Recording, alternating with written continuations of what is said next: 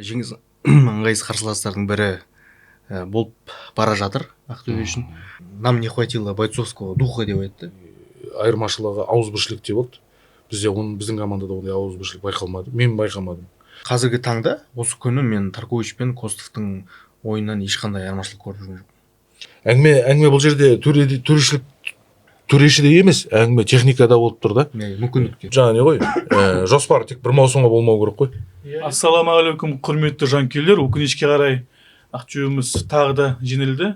Жеңіске есеп 1-0. Ол өкінішке қарай де уже нешінші рет айтып жатырық.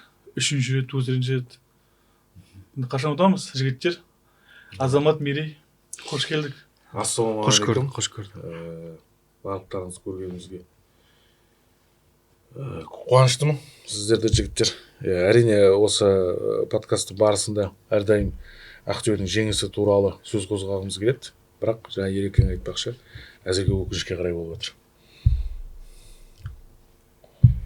Енді ассалаумағалейкум, құрметті жанкүйерлер. Тарковичтің бірінші жеңілісі 6 матчта 6 турда 3 рет жеңіліп отырмыз. Бұрындары Ақтөбенің прайм кезеңінде чемпионатта 3 жеңіліс әр кетсе максимум тіркелетін еді. Қазір 6 матчтың өзінде 3 жеңіліс бар. Сондықтан да енді жағдай мәз емес. Аутсайдерлерден жеңіліп жүрміз. Ұпай жоғалтып жүрміз. Сондықтан да енді қазір осы подкасттың барысында тұрсақ команда туралы, кешегі ойын туралы тереңірек талқылаймыз деп ойлаймын. Кеше барымыз көрдік, ойын жоқ, рух жоқ. VIP Алужада қала басшысы отырды. Облыс басшысы және Нұрлан Артықбаев болды, клубтың басшысы. Және футбол функционері Ербол Идейлов, Ақтөбенің руководство болды, Арман Оспанов. Солар болып футболшылар дым көрсетпеді. Жеңіс ұтып атса да атака кіріп. Бізде дым жоқ. Судьясыз да жеңіс бізді спокойно ұтты. Соны түсінбедік. Кеше былтыр да жеңіс бізді ұтты. Жеңіс қазір бізге қиын қарсыластың бірі деп ойлап отырмын. Кубоктен ұшырып бізді. Ыңғайсыз ыңғайсыз қарсыластардың бірі болып бара жатыр Ақтөбе үшін. Өзің айтқандай Ернар былтыр кубоктан да ұшырды. Сосын Қобыланды Батырда 0-2 есебімен ұтылдық жеңістен. Кеше де жеңіліп отырмыз. Сосын комментаторлар бүгін кеше матчтан кейін әзілдеп жатыр еді ғой, Азеке. Айтып жатыр еді ғой. Ойынның соңғы жағында, сол тікелей трансляцияда комментатор Ақтөбе ұтылып жатса да қақпашыға пас беріп жатыр деп, ойынның аяқталуына санаулы секундтар қалса да пас беріп жатыр деген әңгімелер болды. Және Instagram, Threads парақшаларында кеше жеңістің жеңісі туралы емес, Ақтөбенің жеңілісі туралы әңгіме өте көп болды кеше. Елдар Аманбаевтың айтқан сөзімен келсем, оны біздің бапкеріміз Таркович өзі де айтыпты ғой. Яғни ойынның сүреңсіз болуы, яғни өзің айтып отырғандай рухтың жоқтығы, мінездің жоқтығы, тағы да сол нәтижесіз ойынның нәтижесі ойын қалып кетті былай алып келгенде. Жалпы ойынның өзі туралы мен жігіттер шынымды айтайын, айтатын ештеңе жоқ. Бір әттең-ай деп осындай бір сәт болып еді, сол гол болмай қалды, немесе біздің пайдамыз шешілмей қалды деп те айтатын ештеңе жоқ былай айтқанда. Ал енді біздің жеңіліп қалуымызға себепкер болған жалғыз ғана гол Сағадат Тұрсынбай салды. Оның ішінде жеңіс командасының шеберлігі емес ол, ешқандай да. Біздің команданың да қателігі емес. Жаңағы гол авторына доп барғанға дейін ол допты көрмей тұрған Тимурға тиіп кетті. Мен содан қайталаудан қарап едім ғой. Ол жерінде айыптау болды ғой, айып соққысы айбалаңына асырылды да. Сол жерден Иван Ордец паспен ұрады да, паспен ұрған кезде топ Тимурға тиеді. Қараптан қарап тұрған Тимурға топ тиеді. кейін қарай серпіліп Тұрсынбайдың аяғына келеді ғой. былай қарап тұрсаң айтып тұрмын ғой, ол жеңістің Яғни- шеберлігі емес ол. Шабуылды жасап беріп тұрған Ақтөбе ғой былайша айтқанда. Штрафнойды көтереді, ордец баспен ұрады. Енді вынос жасау керек қой штрафнойды. Вынос жасайды. Ол айдалада тұрған Тимурға тиеді да, арқасына ма бір жеріне тиіп, голевой паспен ассист болып жаңағы кімге келеді ғой. Сағадат Тұрсынбайдың аяғына келеді ғой. Былайша айтқанда қалай каламбур сияқты ғой, каламбур. Енді Курьезный случай. Тимур Досмағамбетовті көп сынайды ғой жалпы жанкүйерлер. Мысалы ойынға араласпай тұрса да Тимур кінәлі болып қалып тұр ғой бұл жерде. Оны мақтап даттап жатқанымыз емес, жалпы енді Тимурға айтылатын хейт аз емес қазір жанкүйерлер тарапынан, бірақ эпизодқа қатысы болмай тұрғанның өзінде де Тимурдың кінәсі көрініп қалып тұр ғой бұл жерде, былайша айтқанда. Бірақ жалпы жігіттер қалай ойлайсыңдар, есеп лайықты ма, ойын есебі? Жеңіс қалай, заслуженно жеңді ма, лайықты жеңді ма? Біз заслуженно жеңді. Көрінді ғой, атака. Туатсада алдыға шығып жатыр. Сантаны екі жақсы моменті болды. Біреу жай тепті, біреу қат тепті. Басымен соққы уақыты ғой, Брештейннің басында. Сосын мына жеңіс менің ойымша да лайықты жеңген сияқты. Әсіресе бірінші таймда өте жақсы ойнады жеңіс командасы. Сосын мына айтатын мәселе, мына жеңіс деген более мотивированный болған сияқты Ақтөбеге қарағанда. Сосын мына Али Алиев кетеді деген әңгімелер болды ғой. Егер жеңіліп қалған жағдайда тіпті тең нәтиже тіркелсе, онда Али Алиев орын босатады деген әңгіме болды. Сондықтан да өз бапкер үшін, өзінің командасы үшін, енді сосын жақсы миллиардер басшылар келіп отыр ғой ол жақта. Михаил Ламтадзе, Каспий банктың басшысы, жеңістің қазіргі несі қолдаушысы. Сондықтан да сол Ламтадзе үшін, Алиев үшін, жалпы команда үшін қанша жыл өз қызметін тоқтатқан клуб қайта жаңғырды ғой енді. Жеңіс деген үлкен клуб, жаңа тарихы басталып жатыр. Сол клуб үшін мотивациямен шыққан сияқты команда. Сол көздері жанып Ақтөбеге қарағанда жеңіске көбірек қажет болған сияқты көрінді маған. Бірінші минуттан бастап қақпаға лап қойды, шабуылдың үстіне шабуыл ұйымдастырды. Жылдам гол соқты, 15 минутқа дейін жылдам гол салады ғой енді. 10 минутта гол соқты. Ары қарай да біршама мүмкіндіктері болды. Орталық қорғаушы Тезадзе деген грузиннің өзінде біршама мүмкіндік болды кәдімгідей.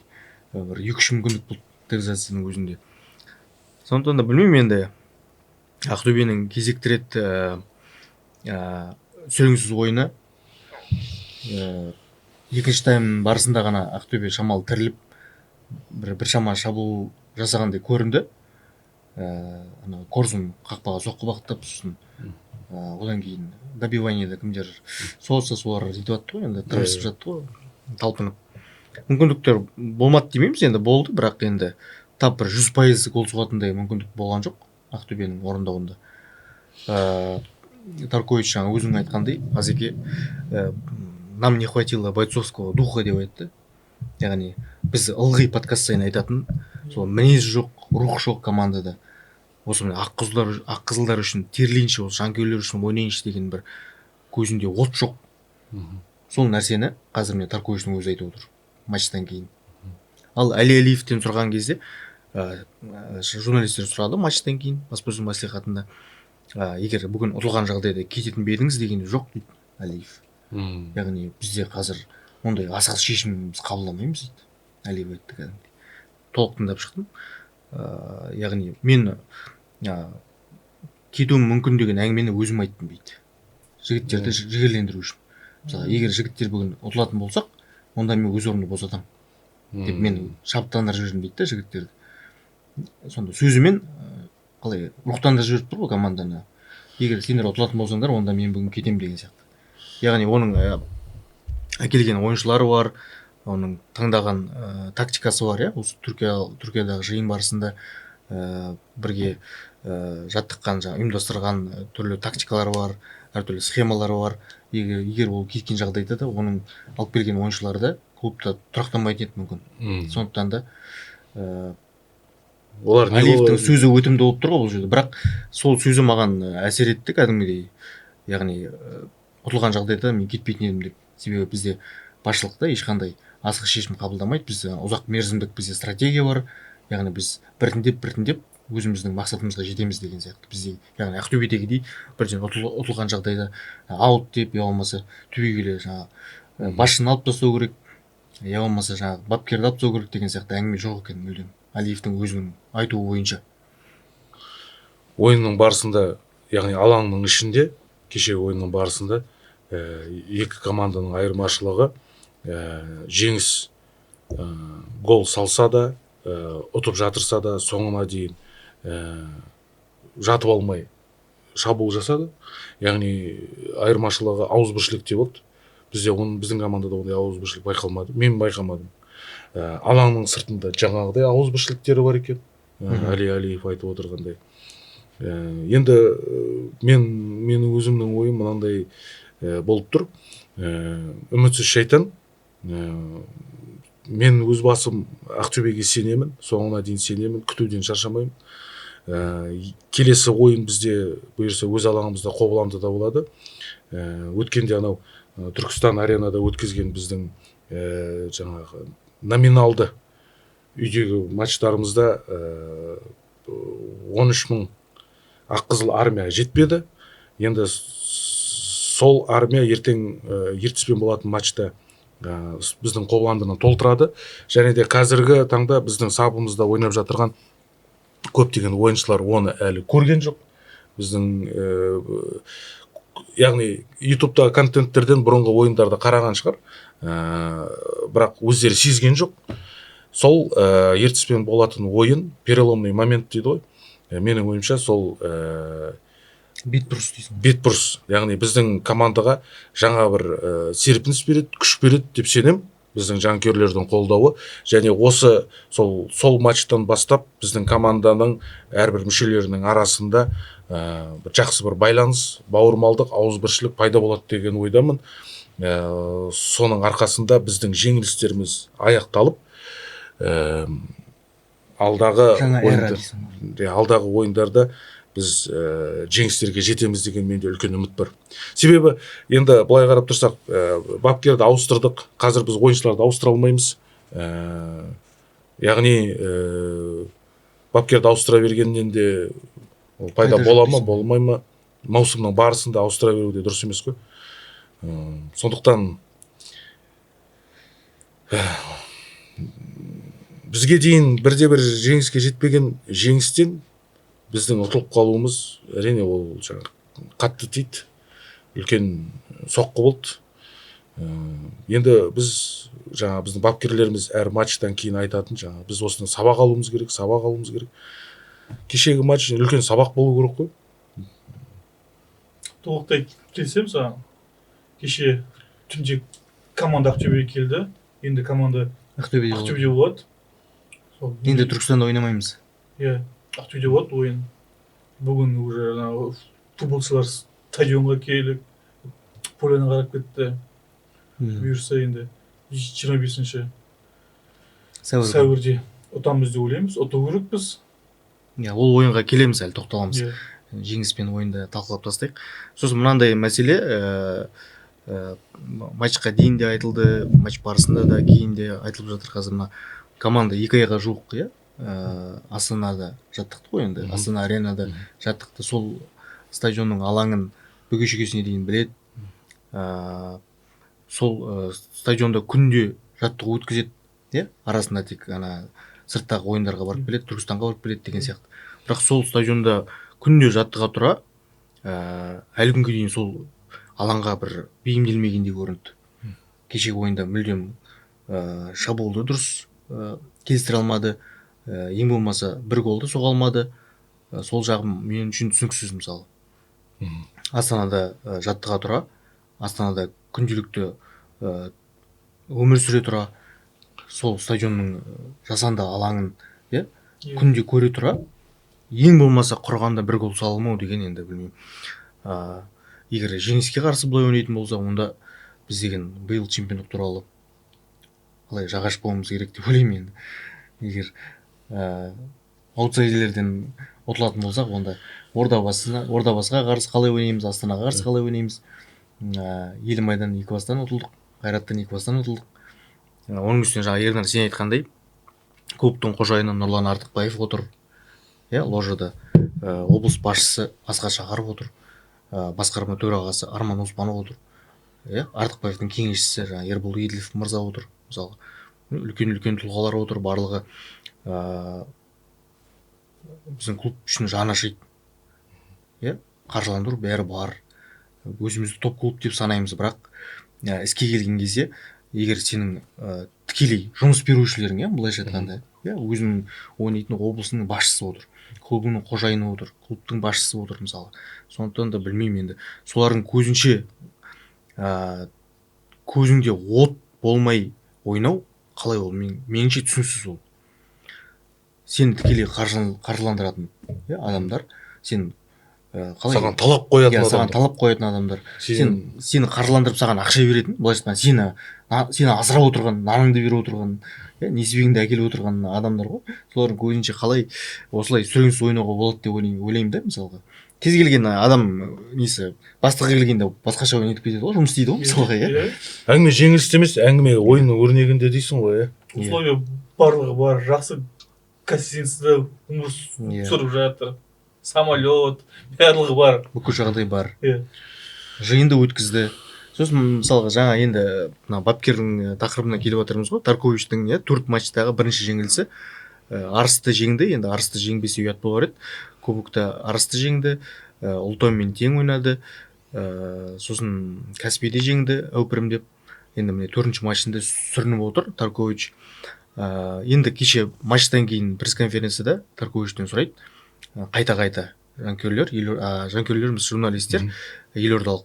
Сізге енді қанша уақыт керек Қазақстанға бейімделу үшін деген кезде тап айта алмайды да, басып ше.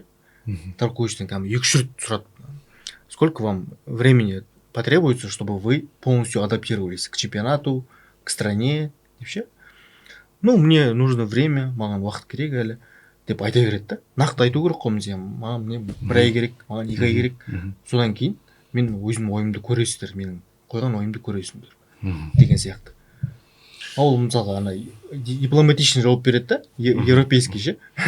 Мысалға, маған енді уақыт керек деген сияқты. Енді былай бізде білеміз ғой, енді чемпионат барысында бапкер ауыстырылса, ол жарты жауапкершілік одан автоматически снимается мысалға ше. Айтады, дайындаған мен емес. Команда жинаған мен емес. Менің бұл ойыншыларым емес. Енді трансферлік терезеден кейін ғана, ертең жаздағы трансферлік терезе кезінде мен керек емес ойыншыларды алып тастаймын. Сосын өзімнің ойыншыларымды алып келемін. Мүмкін Словакиядан алып келемін ба. Бірақ сол кезде нәтиже болмай жатса, сол кезде менен көрсеңдер болады деген сияқты. Оның өзі де частично, бірақ да, былайша айтқанда. Бірақ нақты 2-3 рет сұраған кезде де Таркович жауап берген жоқ. Қанша уақыт керек саған сонда деген кезде айтқан жоқ. Мысалға, маған мне нужно время деп ғана құтылды мысалы. Енді жаңа бапкердің бастамасымен біз 4 матч өткіздік. Осы матчтардың арасында өздеріңіз бір айырмашылықтар көрдіңіздер ме? Мысалға, бірінші ойын осылай болды, одан кейінгі ойында мынандай өзгеріс болды деген сияқты. Сендер көрдіңдер ме өздерің? Байқадыңдар ма? Енді қалай, мен қазіргі таңда осы күні мен Таркович пен Костовтың ойыннан ешқандай айырмашылық көріп жүрген жоқ. Яғни сол баяғы Заруцкий арқылы шабуылды бастау, Европаша ойнауға тырысу, соны шабуылды выноспен емес, қақпашы арқылы өрбіту. Таңжарыққа береді, сосын сол жағында Досмағамбетовке береді, Ордес пен Ерлан арқылы ойнайды. Сосын солардың бірінші пас арқылы шабуылды өрбіту, былайша айтқанда ше. Кеше мысалға 4-4-2 деген тактикамен бастады Ақтөбе, яғни 4 қорғаушымен ойнады. Сосын екінші таймда есепте ұтылып жатқан кезде Митрович деген жаңа ойыншыны шығарды да 3 орталық қорғаушыға көшті. Яғни 5 қорғаушымен 2 латеральмен ойнады да 3 орталық қорғаушымен ойнауға көшті. Мәселен, яғни гибкость бар, бірақ әлі ешқандай сүйсініп қарайтындай ойын жоқ. Ақтөбеліктердің өткен подкасттарда айтып жүрміз ғой, біздің қанымызға сіңген ол шабуыл стилі. Ұтылып жатсаң да мейлі 3-4 ұтылып жатсаң да, мейлі 4-5 ұтылып жатсаң да, 5-4 ұтылып жатсаң да, бәрібір бір сүйсініп қарайтындай, бір кайф алатындай, бір рахаттанып, бір ләззат алатындай бір футболды көрсе, жанкүйерлер мәз болады. Мейлі ұтылса да, лайықты түрде ұтылса ше. Динамичный футбол, тотальный футбол. Ал бізде жаңағыдай бапкердің былай ойында әдемі көрінетін шығар мүмкін ол. Жаңағы Заруцкий кімге Таңжаровқа пас береді, Кеша кімге Ерлановқа береді, Ерланов сол қапталға ойыстырады, ол ана ортадағы Корзунмен кімге Паблоға береді, Пабло былай береді деген сияқты бір әдемі ойында әдемі көреді да, мысленно ше. Но бірақ на картинке же мы видим другое, шынына келгенде. Ана жерде топтан айырылып қалады, ана жерде аяқ астынан пожар болып жатады, оны тушить ете алмай жүгіріп жүреді, сосын аяқ астынан контратак жаңағыдай ордес баспен ұрып Тиманың арқасына тигізеді, ол сосын Тұрсынбайдың аяғына тиіп гол болады деген сияқты ше. Сондай бір білмеймін енді. Менің ойымша Қазақстан вроде бәрі профессионалдар, алаңда. Жоғары айлық алып отыр, әлемдегі ең сүйкімді мамандықтардың бірін иеленіп отыр. Бірақ сол жалақыларына, сол атқарып жүрген жұмыстарына, қызметтеріне тұрмайды. Беттеріне айтқанда ше. Не заслуживает те условия. Қанша жанкүйер, миллиондаған жанкүйер қарап отырады. Тірлейді, келеді, мысалы, кеше Астана Аренаның, мысалы, бір 50-60% ақтөбеліктер болған шығар, мысалы. Оны комментаторлар бірнеше рет айтып өтті. Тірлейде барып қарайды, экранның алдында, телевизордан да барлық жерден қарап отырады. Бірақ мынандай лайықсыз ойын көрсету, меніңше білмеймін енді. Мен сосын мынандай мәселеге де назар аударғым келіп отыр. Мысалы, көбінесе біздің жанкүйерлер, көрермендер Досмағамбетов дейді, жаңа Таңжарықов дейді, Ерланов деп біздің отандық ойыншыларды сынауға құмар да. Ал мысалға Ақтөбеге қосылған легионерлер не бітіріп жатыр? Соған неге мән бермейді? Мысалға Пасторица дейді, Пибе дейді, сосын Альварес дейді, жаңа әртүрлі жаңадан келген Желквич, Луиш Нани бар. Ешқандай да легионер қазір бізге бір мардымды ойын көрсетіп жатқан жоқ қой, шынына келгенде. Бір сүйсініп, бір ойын жүргізетіндей. Бірінші турда болған матчты айта береді барлығы, мысалға ше. Бір қалай светлый пятнышко деп ше. Сол бірінші матчтың несімен буымен жүрген сияқты әлі. Сол бірінші матчтан кейін біздің жігіттер сол жаңағы тырнақшаның ішінде мастықпен жүрген сияқты. Әлі сол эйфориядан шыға алмай жатырған сияқты. Мен оның себебін өзімше пайымдайын, ол матчта біз жаңа қызыл қағаз алды ғой, тобыл. Сосын біздер бір гол салғаннан кейін біздің қақпаға пенальти берді да, Заруцкий оны тіреп тастады. Яғни сол сәттерден бастап бізде жаңағы психологиялық тұрғыдан жеңілдік болды да. Ойлаймын, тап солай жеңіл болады деп, келесі матчтарда солай жеңіл болады деп ойлаған шығар мүмкін жігіттер. Сондай ой қалып қойған шығар. Бірақ негізі біз футбол тарихында өзіміз көріп жүргендей, тек қана бір матчтағы жеңіс емес, бір маусымдағы чемпиондықтың өзі келесі маусымда қалады ол. Оны сырттан журналистер, басқа да көрермендер действующий чемпионы деп айтатын шығар, бірақ олардың ішінде ол жоқ, олай айтқанда. Яғни жаңа маусым, әр матч ол жаңа текетірес, жаңа жекпе-жек. Сол жетіспейтін шығар деп ойлаймын. Сосын жаңа Мерей сені айтып отырған әңгімеңе қосылам. Біздер жаңағы Луиш Нани келген уақытта қысты күні біз үлкен эйфорияға баттық. Біздің жанкүйерлеріміз бар, қала тұрғындары бар, Ақтөбе бір үлкен бір бізге бір тарихи сәт қой бұл шындығында.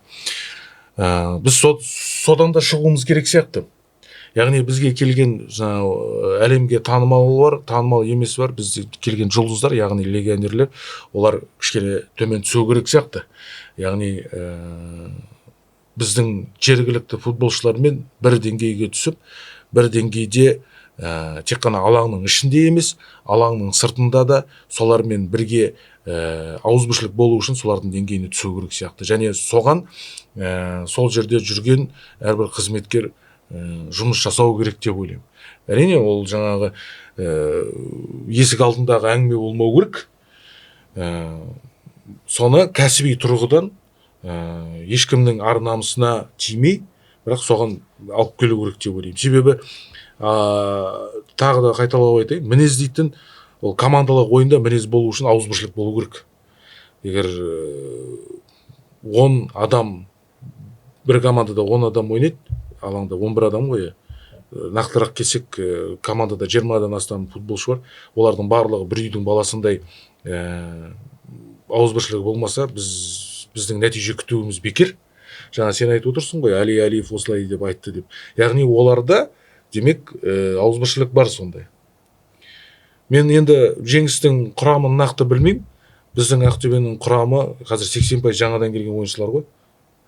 Былтырғы маусымнан қалған сол Артур, Никита, Соса, сосын өзіміздің жігіттер, Әділхан мен Бағдат. Қалғандарының барлығы жаңадан келгендер ғой, былай айтқанда. Жалпы Қазақстанның КПЛ-дың көп командаларында болатын жағдай ғой, әр маусым сайын жаңа команданы ауыстыру деген сияқты. Жалпы сосын біздің айтып жатырмыз, европалық стильде біздің шабуылымыз басталады деп. Мен ойлаймын, біздің КПЛ-дің командалары европалық стильде ойнайтындай ондай команда көріп жүргенім жоқ. Мен ешкімнің көпке топырақ шашуға болмайды. Бірақ шындығында команданың шабуылына, яғни саған қарсылас болатын команданың шабуылына алдын ала анализ жасап, оны талқылау үшін ол командада шабуыл болу керек қой.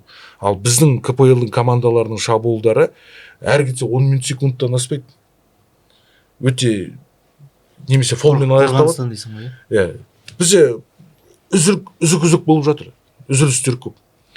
Сондықтан ол жерде білмеймін, ол қандай европалық футбол көрсетуге болатыны. Мүмкін бізге европалық стиль емес, мүмкін бізге оңтүстік Американың стилін алу керек шығар. Енді оңтүстік Америка демекші бізде енді бразилиялық, аргентиналық жігіттер бар ғой. Оңтүстік Америкадан келген, бірақ іс жүзінде біз ондай ойынды көріп жатқан жоқпыз ғой. Бір қалай динамикалық шабуылға негізделген. Сосын мына матчтың басында көп әңгіме айтылды ғой, Бағдат Абдуллаев Ақтөбені өлтіреді деген сияқты. Сол туралы не ойлайсың? Пенальти қояды деп пе?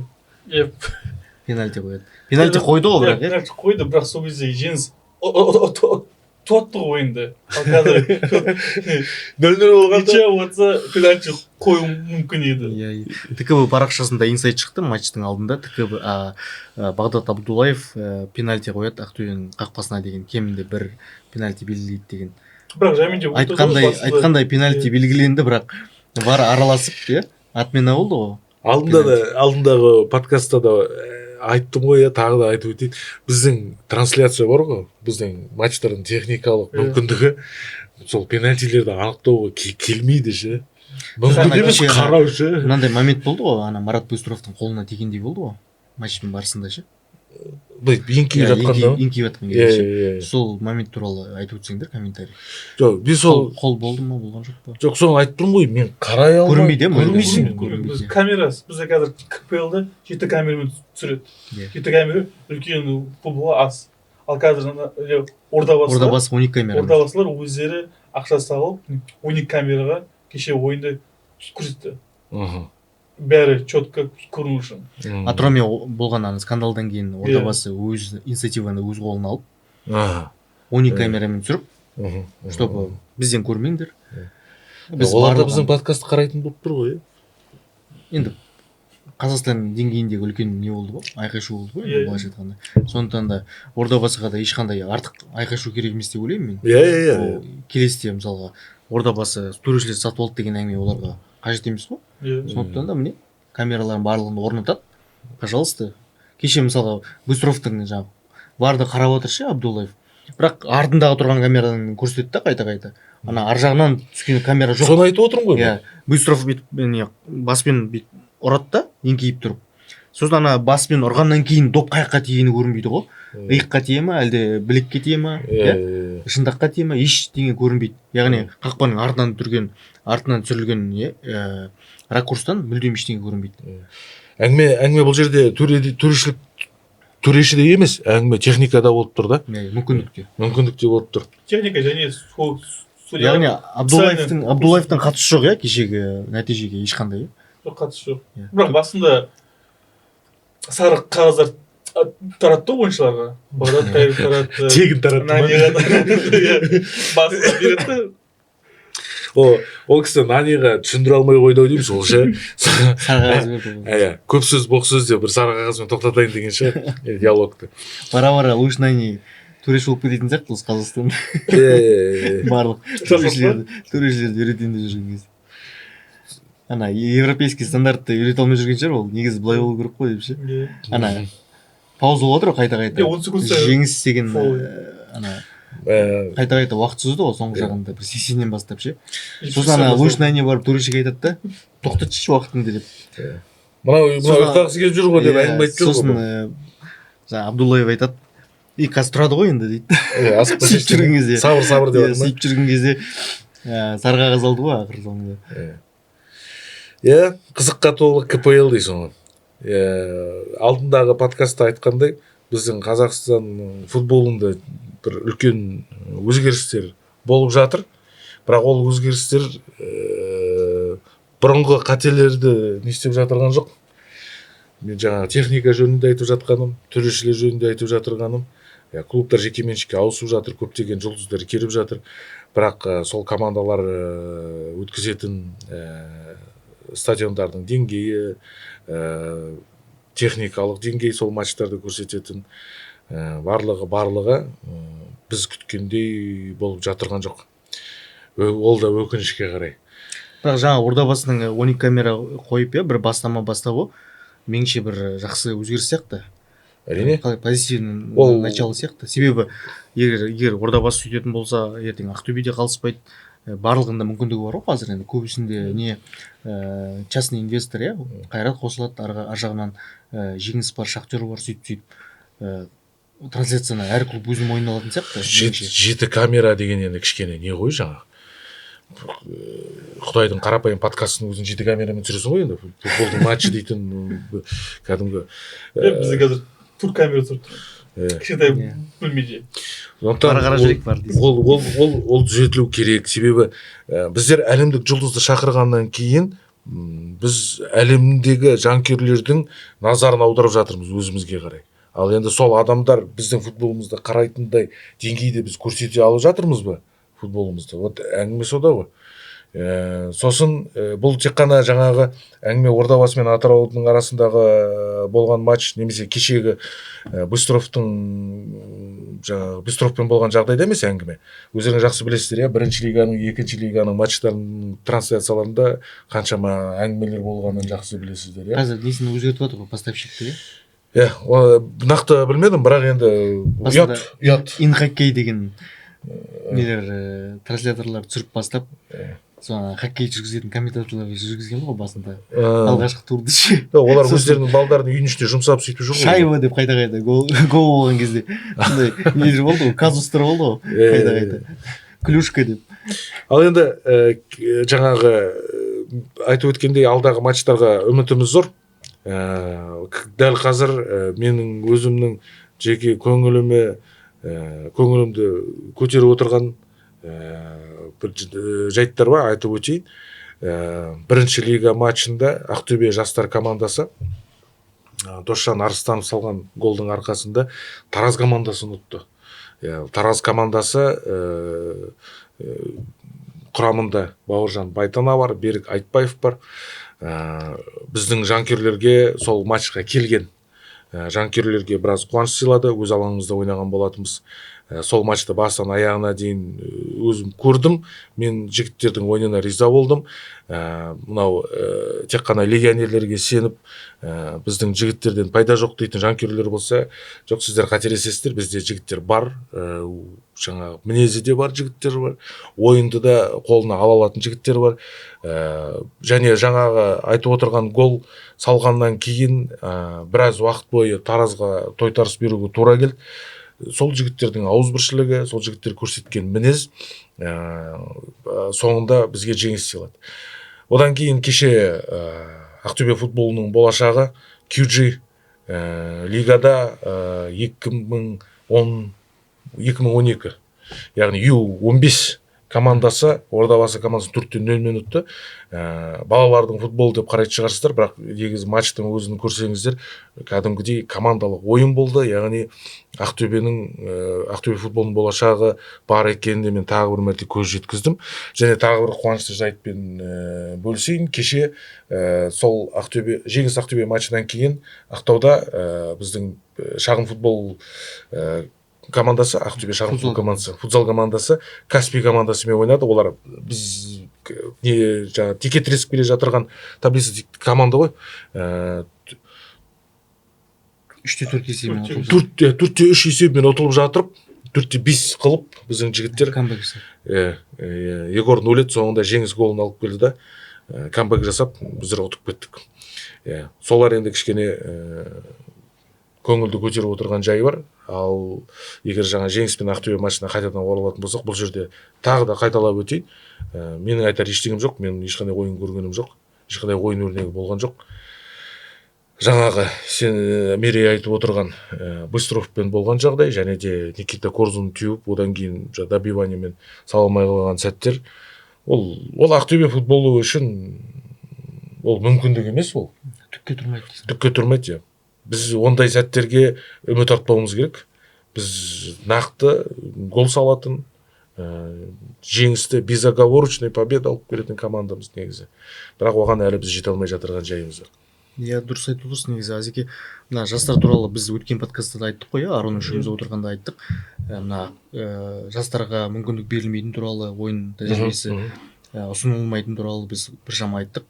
Сол Виталий Латурусты айттық, тағы да басқа жастарымыз, Саидхан Құсайыновты айттық. Кешегі өзің айтып отырған Таразға қарсы матчта тым жақсы сейвтермен көзге түсті. Керемет. Сондықтан да мысалы Заруцкийді айта бермей, одан қалды жаңа Трофимец деген енді біршама жасқа келген ойыншы ғой, жас деуге келмейді.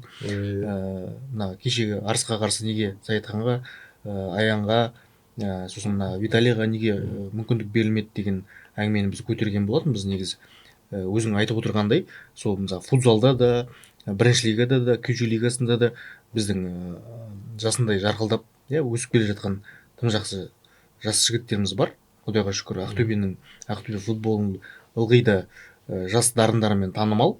Оған дәлел Максим Самородов кеше Спартак қақпасына гол соққан, РПЛ-да мәскеулік клубтардың барлығының қақпасына гол соққан біздің тума талант. Самородов сияқты таланттар әлі танылмаған жетеді Ақтөбеде. Сондықтан да Ақтөбе болашағының жарқын екенін, зор екенін біз білеміз, және оларға сенім арту керек, оларға мүмкіндік беру керек. Мысалға жаңа жоғарыда айтқанымдай, легионерлерден де келіп кетіп жатқан пайда жоқ. Мысалы шынына келгенде әзірге ешқандай пайда көріп отырған жоқпыз. Кешегі жастар, сол бірінші лигада ойнаған жастарды кеше жеңіске қарсы қойса да, ұтылса да әйтеуір ойын ойнап береді. Ұтылса да мүмкін, ұтуы да мүмкін еді. Ұтып кетуі да мүмкін. Мінез, ең болмаса мінез болады, ақтөбелік рух дегенді көрсетер еді. Ешқандай қосымша әсердің қажеті жоқ.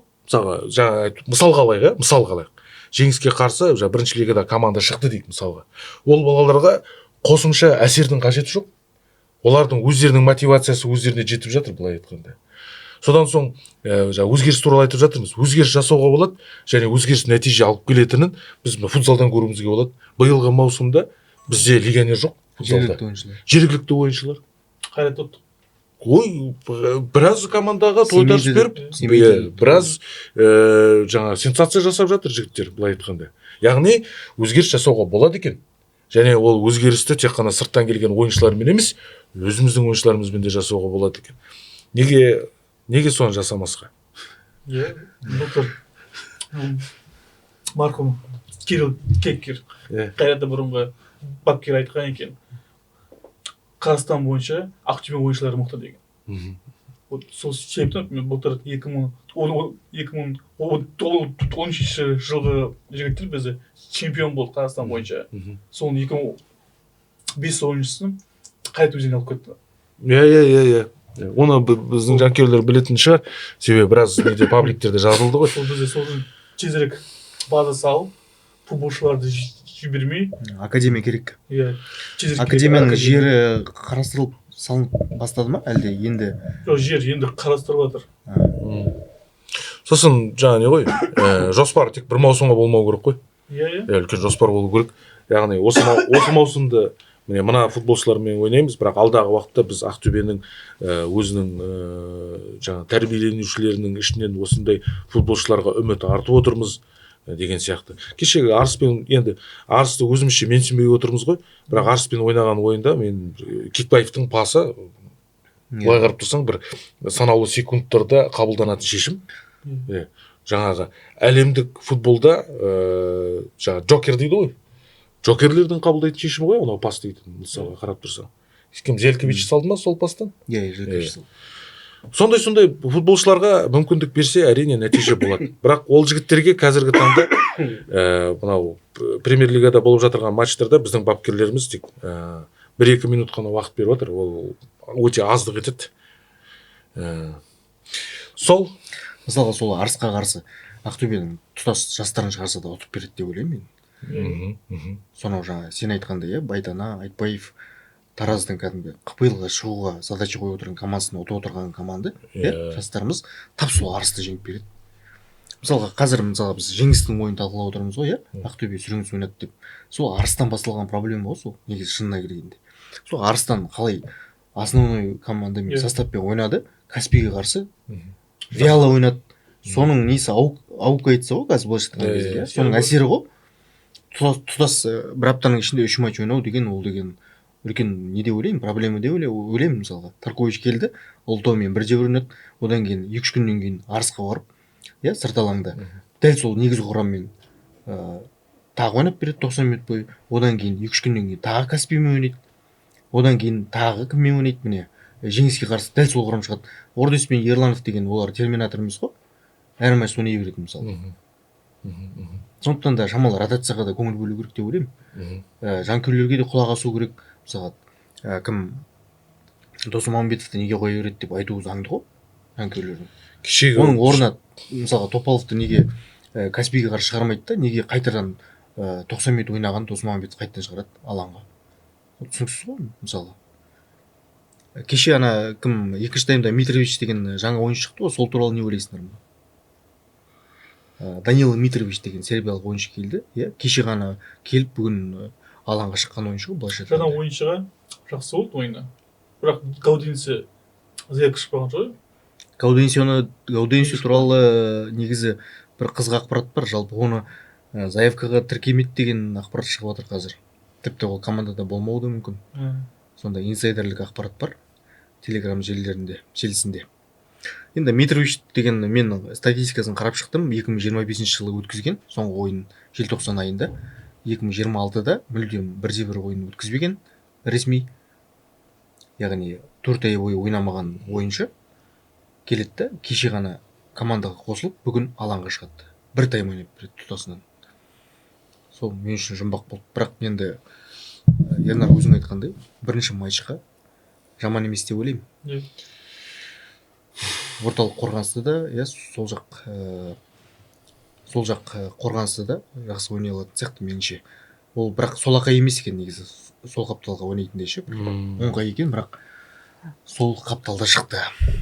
Жігіттер енді Жеңіс Ақтөбе матчында талқылап болдық, ұтылдық. Басқа тағы не айтамыз осы келесі келатқан Ақтөбедегі ойын туралы айта берейік. Ол уақытымызда жақындап қалды.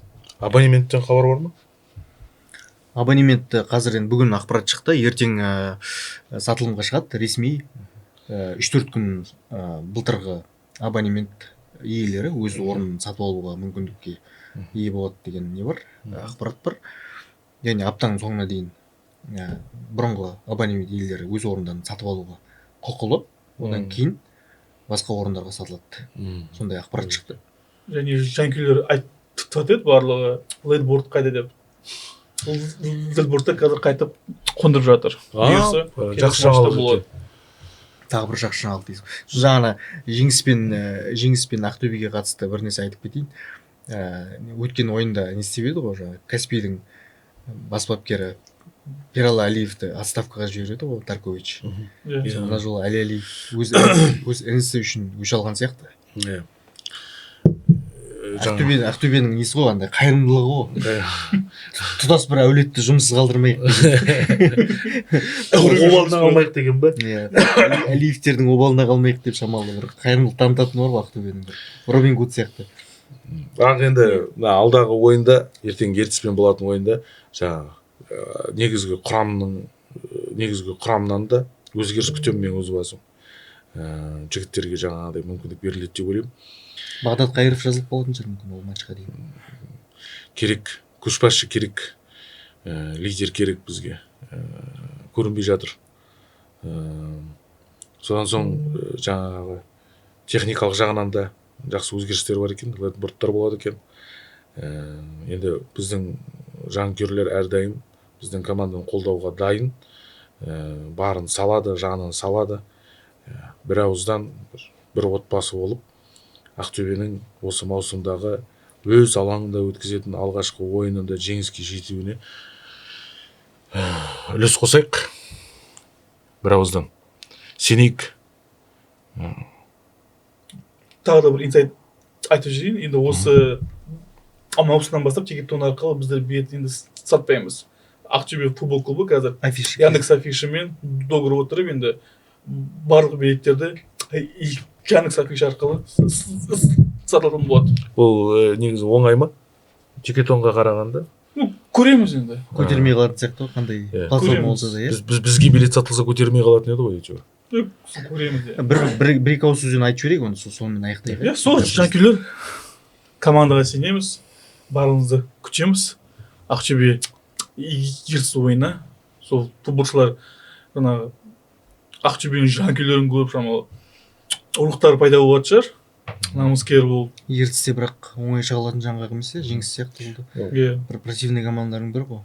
Және Азекен, сізде лагерь ашылып жатыр еді ғой, футбольный лагерь, сол туралы айтып жіберсең. Иә, 7 мен 14 жас аралығындағы балалар үшін осы Ақтөбеде футбол лагері ашылады. Биыл жұмыс жасайтын болады жазда. Лагердің ерекшелігі, лагерге келген балалар, яғни жеребе бойынша әртүрлі командаға бөлінеді. Яғни сіздің балаңыз лагерге келетін болса, оның қай командада ойнайтын, ол бала емес, ешкім де анықтай алмайды. Экранға шығарамыз ғой, сол туралы бар ма? Афишасы. Жеребе бойынша анықталады қай командада ойнайтыны. Және сол лагерде 10 күннің ішінде турнир болады. Сол турнирге қатысады. Турнир барысында ол балалардың ойынын көрсететін, ол балалардың жетістіктерін көрсететін әртүрлі контенттер дайындалады. Яғни матчтарды видеодан қарауға болады. Және сол лагердің базасында бассейні бар, 5 уақытты тамақтануы бар. Әр команданың өзінің жаттықтырушысы болады.